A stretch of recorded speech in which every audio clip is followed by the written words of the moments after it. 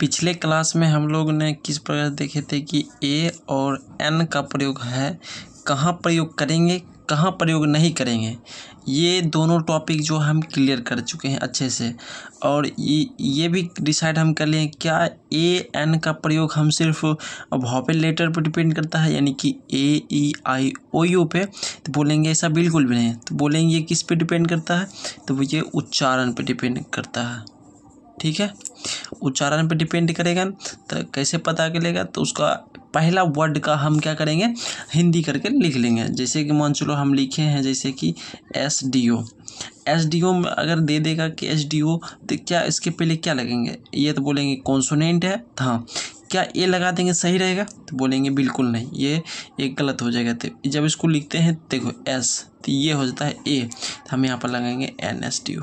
Clear है, clear है। चलो अब जो है ये पूरा क्लियर हो गया, और हम आज से शुरू करते हैं यूज़ ऑफ द। अभी तक आप पीछे क्लास में ए एन का प्रयोग नहीं सीखे हैं, तो आप पीछे का क्लास सीख लीजिए। और हम आज जो क्लास 1 करेंगे यूज़ ऑफ द का, अब सिर्फ यूज़ ऑफ द के बारे में पढ़ेंगे। तो चलिए रूल को हम स्टार्ट करते हैं, समझते हैं कि क्या है यूज़ ऑफ द, कहाँ यूज़ करेंगे, कहाँ नहीं करेंगे। ठीक है, पहला रूल क्या कहता है, कहता है कि अगर कोई सिंगुलर काउंटेबल नाउन है जिसको हम गिन सकते, ठीक है, वाक्य में पहली बार प्रयोग हो तो उसके पहले ए या एन का प्रयोग करेंगे। ठीक है, अगर वही नाउन सेम रिपीट होगा दूसरा बार, तीसरा बार, चाहे कितना बार भी रिपीट हो, पहली बार हुआ एक ही सेंटेंस और फिर रिपीट हुआ, तो हम क्या करेंगे, दूसरी बार चाहे कितना बार प्रयोग हो तब हम वहाँ पे उसके बाद क्या लगेंगे, लगाएंगे द। मान चलो कि हमको समझ में नहीं आए, क्या करें, मान चलो हम कोई सेंटेंस लिखे, ठीक है, लिख लिए, उसके बाद एक ही पहली तो क्या करेंगे, पहला बार देखेंगे हाँ है, फिर दूसरा बार देखेंगे है, तो पहला बार में लिखेंगे ए या एन, उसके बाद जो लिखेंगे द। मान चलो अगर ये भी नहीं समझ में आए, चलो हम क्या गए, हम गए कहीं घूमने के लिए। ठीक है, हम कहीं घूमने के लिए गए और एक व्यक्ति मिल गया, और उसको हम देख लिए, बातचीत किए, लेकिन फिर भी उतना हमको समझ में आया कौन है व्यक्ति, हम नहीं पहचाने, लेकिन हाँ थोड़ा चिन्हित कर लिए कि हाँ ये व्यक्ति है, एक बार मिल लिए हैं। फिर वही व्यक्ति मिलेगा तो हम क्या करेंगे, तो उससे आराम से बातचीत, क्या उससे फिर नाम पूछेंगे। मान चलो जब पहली बार हम बातचीत किए नाम पूछ लिए, फिर दूसरा बार जब मिलेंगे तो उससे नाम पूछेंगे नहीं। मतलब जब पहली बार हम ए या एन का प्रयोग करेंगे तो मतलब ये समझना कि अनजान है, जब वही व्यक्ति फिर से रिपीट होगा तो हम वहाँ पर दा लगाएंगे। कुछ हल्का समझ में आया होगा। जैसे देखो कहता है कि I have bought dash umbrella, मतलब कहता है कि मैंने क्या किया, एक अम्ब्रेला खरीदा। ठीक है, अब देखो अब जो अम्ब्रेला खरीद लिया है यहाँ स्टॉप है। ठीक है, फिर कहता है डैश अम्ब्रेला इज ब्लैक, मतलब अम्ब्रेला क्या है, काला है। अम्ब्रेला तो काला है, ठीक है। अब अच्छा कौन सा अम्ब्रेला, जो पहले हम बताएंगे खरीदे हैं, जो पहले यानी कि शुरू में क्या करते हैं अम्ब्रेला, तो ये अम्ब्रेला में ए या एन लगाएंगे, उसके बाद जो रहेगा उसमें दा लगाएंगे। अम्ब्रेला में क्या यू, देखो आगे तो एन अम्ब्रेला, क्लियर है। तो उसके बाद क्या लिखे, हम कुछ भी आए तो दा यूज़ करेंगे, द अम्ब्रेला इज ब्लैक। कुछ समझ में आया।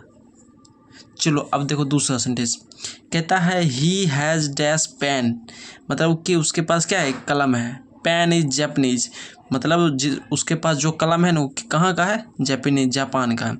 तो पहली बार जो सेंटेंस में आया तो उस ए या एन लगाएंगे, जब दूसरी बार सेंटेंस आएगा तो क्या लगाएंगे, बोलेंगे दा। समझ में कुछ आया। चलो अब नेक्स्ट रूल देखते हैं, रूल नंबर 2।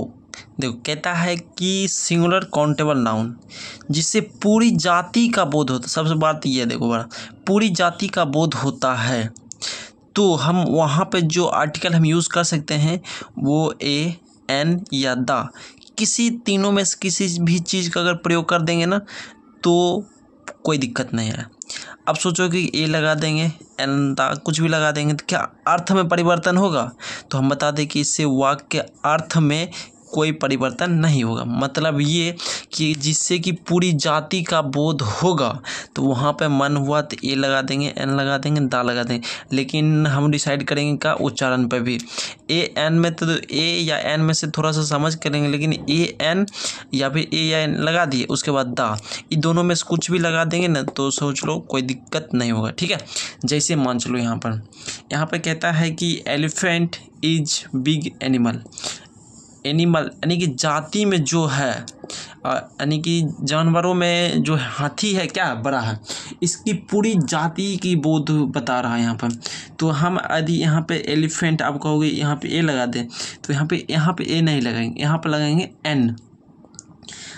यहाँ पे an elephant is big animal ये बोल सकते हैं, या फिर यहाँ पर हम बोल सकते हैं the animal elephant is big animal. ठीक है, इस प्रकार से हम बता सकते हैं यहाँ पर। क्या दोनों के अर्थ में कोई परिवर्तन निकलेगा? तो बोलेंगे कुछ भी नहीं। ठीक है, देखो जैसे कि यहाँ पे और ज़्यादातर पहले ये देख लो, का गिव्स मिल्क, गाय दूध देती है। अगर हम ये बोले तो अगर हम यहाँ पे ए या एन लगाए तो मान चलो हम देते हैं ए लगा, एन नहीं लगाएंगे। क्यों नहीं एन लगाएंगे? क्योंकि का है। ठीक है, तो ए का गिव्स मिल्क या फिर द काउ गिव्स मिल्क, ये दोनों में इसका अर्थ बदला नहीं, दाल लगा दे कोई दिक्कत नहीं है। तो ज़्यादातर आप ए यूज़ कर लीजिए चाहे दा, कोई दिक्कत नहीं होगा। ठीक है, चलो नेक्स्ट रूल पर चलते हैं। ये देखो, ये थोड़ा सा याद रखने वाली बात है। म्यूजिकल इंस्ट्रूमेंट मतलब वाद्य यंत्र, बजाने वाला। ठीक है, जिसको हम बजाते हैं, के नाम के पहले हम किसका प्रयोग करेंगे? तो बोलेंगे दा का प्रयोग करेंगे। ठीक है, जैसे कि मान चलो I play dash tabla, I play a tabla, an tabla, the tabla. तो ये बोलेंगे बजाने वाला चीज़ है, तबला को हम बजाते हैं ना ऐसे करके, तो बोलेंगे दा तबला। ठीक है, चलो नेक्स्ट कहता है कि ही प्लेज फ्लूट। फ्लूट मतलब ये समझ लो कि बांसुरी। बांसुरी, क्या आप बांसुरी बजाते हैं? हम बोलेंगे बिल्कुल बजाते हैं। क्या लिखेंगे? दा फ्लूट। ठीक है, चलो सी विल प्ले हारमोनियम, वह हारमोनियम क्या करेगी? बजाएगी। तो हारमोनियम भी बजाने वाला है, तो बोले हाँ बिल्कुल, तो दा लगा देंगे। कुछ समझ में आ रहा है? और ये थोड़ा याद करना पड़ेगा, जो म्यूजिकल इंस्ट्रूमेंट हैं उनके पहले क्या लगता है? दा। ये देखो रूल नंबर नेक्स्ट कहता है कि सुपरलेटिव डिग्री। अच्छा, सुपरलेटिव डिग्री के पहले दा लगते हैं। सुपरलेटिव डिग्री क्या होता है? डिग्री 3 प्रकार का होता है। ठीक है, ये तीनों प्रकार पढ़ना पड़ेगा, बाद में पढ़ना है। इतना समझ लो कि सुपरलेटिव डिग्री, कॉम्परेटिव डिग्री और रिलेटिव डिग्री। ठीक है, मान चलो कि सुपरलेटिव डिग्री, कॉम्परेटिव डिग्री, ये समझ लो कि सुपरलेटिव डिग्री। सुपरलेटिव डिग्री उसको बोलते हैं जिसके बाद कोई वर्ड बोलने नहीं बोल सकते। जैसे कि मान चलो हम बोलते हैं किसी को गुड, कहते अच्छा है। बेटर, बेटर मतलब तुमसे अच्छा है। अच्छा, बेस्ट सबसे अच्छा है। क्लियर, इतना समझ आ रहा? जो सबसे अच्छा है, एक कॉम्परेटिव डिग्री के पहले भी दा लगाएंगे, इसके पहले भी दा लगाएंगे। मतलब दिमाग में इतना रखना है। ये डिग्री चैप्टर हम बाद में पढ़ेंगे, अभी पढ़ेंगे तो फिर नहीं पढ़ सकते, अभी काहे हम पढ़ रहे कुछ और। तो इतना समझना है कि जो सबसे ऊपर हो उसके बाद कोई शब्द नहीं बोलते। हम कहते कि क्लास में सबसे अच्छा लड़का है, हम कहें मान चलो कि हम कहेंगे अच्छा है, उससे अच्छा है, सबसे अच्छा, तो उसके बाद हम कुछ बोलेंगे तो बोल ही नहीं सकते। तो यही बात यहाँ पर समझना है। कहता है कि he is dash best boy in the class, मतलब वह जो है ना बेस्ट लड़का है अपने क्लास का।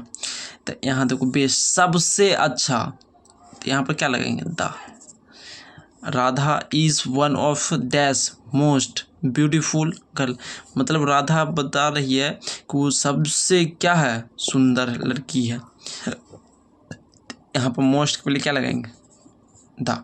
ठीक है, कुछ याद रखना पड़े, बेस्ट, मोस्ट, हाईएस्ट। तो इस प्रकार के जो एस्ट लग गया ना तो वो समझ लो कि सुपरलेटिव डिग्री। ठीक है, तो इस प्रकार से और भी याद करना पड़ेगा सुपरलेटिव डिग्री के बारे में।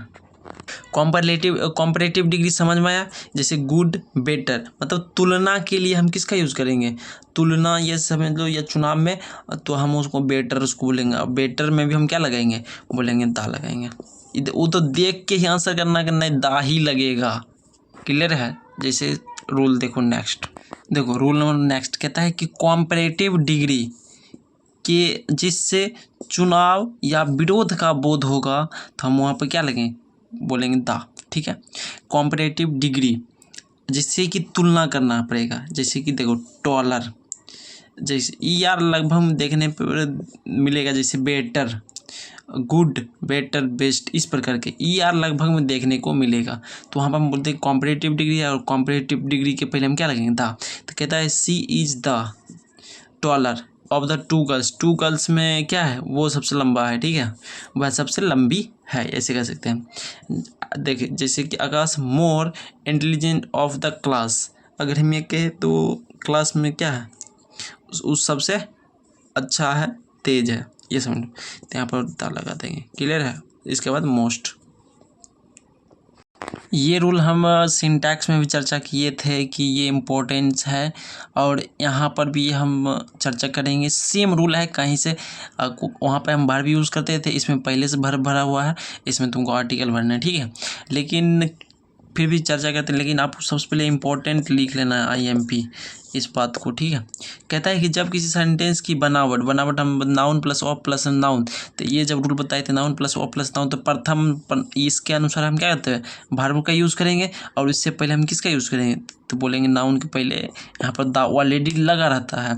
ठीक है, तो इससे पहले हम क्या यूज़ करेंगे, तो बोलेंगे दा। मतलब ये कि हम जब वो सिंटैक्स पढ़े थे तो वहाँ पर हम बताए थे कि noun plus of plus noun यदि मिल रहा हो तो प्रथम नाउन के अनुसार हम वर्ब यूज़ करेंगे, लेकिन यहाँ पर प्रथम नाउन के पहले हम क्या लगेंगे, दा। क्लियर। जैसे देखो कहता है कि विलेजेस ऑफ इंडिया, मतलब कि इंडिया की गाँव क्या है, का गाँव पुअर है। तो इसके पहले देखो इसके अनुसार वर्ब लगा है, बोलेंगे हाँ बिल्कुल लगा है, तो हम यहाँ पर क्या लगेंगे, दा। अच्छा, water of this river, water of this river is dirty, मतलब देखो वाटर है, बोलेंगे हाँ, क्या इज लगा है यहाँ पर, बोलेंगे बिल्कुल, यहाँ पर क्या लगाएंगे, बोलेंगे the. University of Bihar is too good, मतलब क्या, यूनिवर्सिटी यानी कि सिंगुलर, इसके साथ सिंगुलर था, बोलेंगे दा। कुछ समझ में आया। तो चलो नेक्स्ट, इस रूल को भी हम पीछे पढ़े हैं यानी कि सिंटैक्स में। चलो क्या कहता है कि यदि कोई एडजेक्टिव है, ठीक है, जिससे हमें भावना उत्पन्न हो, तो अगर वो प्लुरल नाउन बनाया जाता है तब उस एडजेक्टिव के पहले दा लगाएंगे। ठीक है, जैसे कि मान चलो हमको पता नहीं चल रहा है कि क्या है, ये पुअर लिखा हुआ है, हाँ बोलेंगे पुअर तो एडजेक्टिव है, इसके पहले कुछ नहीं है। अगर इसके पहले नाउन लग जाए तो हम यहाँ पे ए या एन का प्रयोग, यहाँ कुछ भी नहीं, यानी कि प्लुरल है 100% पहले। अच्छा, ये अगर ये भी पता नहीं चले तो इससे पहले देंगे वर्ब क्या, बोलेंगे आर, पुअर साथ आर पहले से लगा रहेगा, बोलेंगे तो प्लुरल है, मतलब 100% ए या एन नहीं लगेगा, मतलब दा लगेगा, यानी कि 100% एडजेक्टिव है। तो the poor are always honest. ठीक है, चलो देखो, rich should help the poor, मतलब कि अमीरों को क्या है, गरीबों की मदद करनी, अमीर को गरीब की मदद करनी चाहिए, तो यहाँ पर क्या लगेंगे, बोलेंगे the. Chinese have come to India, मतलब चाइनीज़ पूरा क्या थी कर रहा है, तो हम यहाँ पर क्या लगेंगे, बोलेंगे दा। ठीक है, चलो नेक्स्ट रूल पे देखो, कहता है कि किसी भी अगर कोई चीज़ आविष्कार हुआ है, ठीक है, उसके पहले हम क्या लगाएंगे, दा। क्लियर है। जैसे कहता है आई लव डैश फोन का आविष्कार हुआ है, बोले 100% हुआ है। ठीक है, he is listening to dash radio का भी आविष्कार हुआ।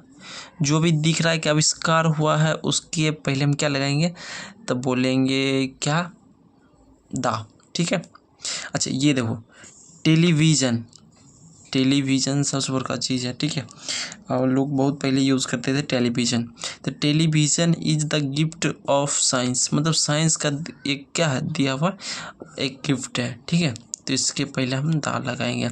देखो जब इसमें थोड़ा कन्फ्यूजन रहेगा, ठीक है। जब ये सब्जेक्ट के रूप में काम करे तो इसके पहले हम दा का यूज़ करेंगे, लेकिन यदि नहीं कर रहा है, यदि नाउन के रूप में काम कर रहा है तो हम क्या करेंगे, दा का यूज़ नहीं करेंगे, ठीक है। जैसे यही चीज़ हम नोट में लिखें। क्या हम यहाँ पर देखो आई वॉच द टेलीविज़न कर सकते हैं, तो बोलेंगे अगर करेंगे तो गलत हो जाएगा। अच्छा आई वॉच डैश टेलीविज़न, अगर ऐसा कुछ भी फील नहीं करेंगे तो हमारा सिर्फ यही लिखा रहेगा तो हमारा सही हो जाएगा, ठीक है। आगे what is on the television, television पर क्या है, तो ये तो फिर वही ग्रुप में आ गया, तो बोलेंगे nothing. What is on the television, sorry यहाँ पे नहीं आएगा तब, ठीक है। यहाँ पर क्या रहेगा, खाली रहेगा, तो ये सही होगा, ठीक है। यानी कि कुछ भी नहीं फैलाएगा, कुछ भी यहाँ पर नहीं भराएगा, ठीक है। रूल नंबर देखो 9 कहता है पार्ट्स ऑफ बॉडी, यानी पार्ट्स ऑफ बॉडी के में के जो भी नाम है, शरीर के जो भाग के नाम है उसके पहले भी दा लगता है। जैसे कि I caught him dash by arm, means बाजू, मतलब कि मैंने उसे पकड़ा बाजू से, ठीक है। तो बाजू से पकड़ा यानी कि सपोर्ट मिल गया, दाल लग जाएगा, क्लियर है, बाजू। आगे कहता है सी हिट हिम, हिट करना मतलब उसको पीट भी सकते हैं, ठीक है। इन फेस, तो फेस क्या हो जाएगा, बोलेंगे दा, ठीक है। समझ में इतना। चलो नेक्स्ट रूल पे चलते हैं हम लोग। कहता है कि यदि किसी सेंटेंस में किसी नाउन पर जोर दिया जाए, जोर देना हो तो उस नाउन के पहले दा का प्रयोग होता है। हम इसका जिक्र बहुत पहले भी किए थे, यानी कि कहाँ पे, तो पीछे सिंटैक्स में किए थे। मान चलो कि कोई चीज़ हम जोर ज़बरदस्ती कर रहे हैं, जैसे कि वो क्या कर रहा है कि किसी के बारे में हम बोल रहे हैं कि उसने मेरा कलम चुराया, मतलब ज़बरदस्ती हम उस पर इल्ज़ाम लगा रहे हैं। जैसे हमने बोले कि ये जो कलम देख रहे हो, ये जो मार्कर देख रहे हो, ये इस मार्कर को मैंने कल ही ख़रीदा, ये मेरा है, मतलब इस पर हम जोर दे रहे पूरा पूरा, तो वहाँ पर हम दाल लगाएंगे, ठीक है। जैसे देखो कहता है प्लीज़, प्लीज़ जो होता है पूरा में लिख सकते हैं PLZ, ये शॉर्ट फॉर्म है, ठीक है। प्लीज़ गिव मी, कृपया मुझे दो क्या, मैंगो। क्यों भाई, तो बोल रहा है डैट आई बाउट यस्टरडे, कि मैंने क्या किया, जो कल ख़रीदा था वो मैंगो देने की बात कर रहा है, तो हमें आप क्या लगेंगे, दा, ठीक है। आगे कहता है कि बॉय डैश बॉय हूँ, मतलब लड़का जो is standing in the corner, in the corner मतलब कॉर्नर मतलब कोना वाला, ठीक है। कॉर्नर इज माय ब्रदर, मतलब कि लड़का जो कोने में खड़ा है क्या है, मेरा भाई है, ठीक है। तो यहाँ पर हम क्या लगेंगे, बोलेंगे दा। समझ में आ गया। चलो नेक्स्ट देखते हैं हम। चलो देखो कहता है कि कुछ खास एडोमेटिक यूज़ में हम किसका प्रयोग करेंगे, दाग, मतलब इस समझ लो इडियम वाला में, इडियम एंड फ्रेज में हम क्या करते हैं, जो फिक्स रहता है हम उसका ही प्रयोग करते हैं। जैसे कहता है dash more he gets, dash more he wants, तो जब डबल डबल है, मोर है, तो हम क्या करें, मोर मोस्ट, इस प्रकार दिमाग लगाएं कि ये कॉम्परेटिव डिग्री की तरह। अगर मान चलो हमको इसके बारे में नहीं याद है कि फ्रेज क्या है, लेकिन यहाँ पर हम सोचेंगे कि कॉम्परेटिव डिग्री है, तो हम यहाँ पहले दा लगाते हैं, ठीक है।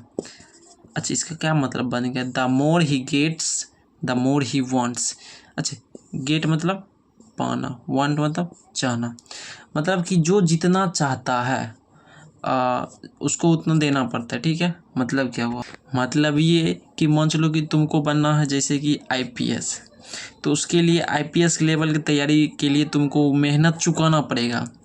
मान चलो तुम गए और सोच रहे कि हम घर गए 100 रुपया मिल जाए, तो घर में 100 रुपया के लिए तुमको मेहनत वो करना ही पड़ेगा, तब मिलेगा, ठीक है।